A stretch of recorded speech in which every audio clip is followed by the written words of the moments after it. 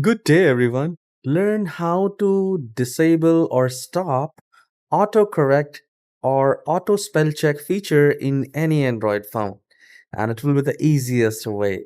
So go to the settings first, and here just look for or search for keyboard. All right. The moment you search keyboard, you will find default keyboard.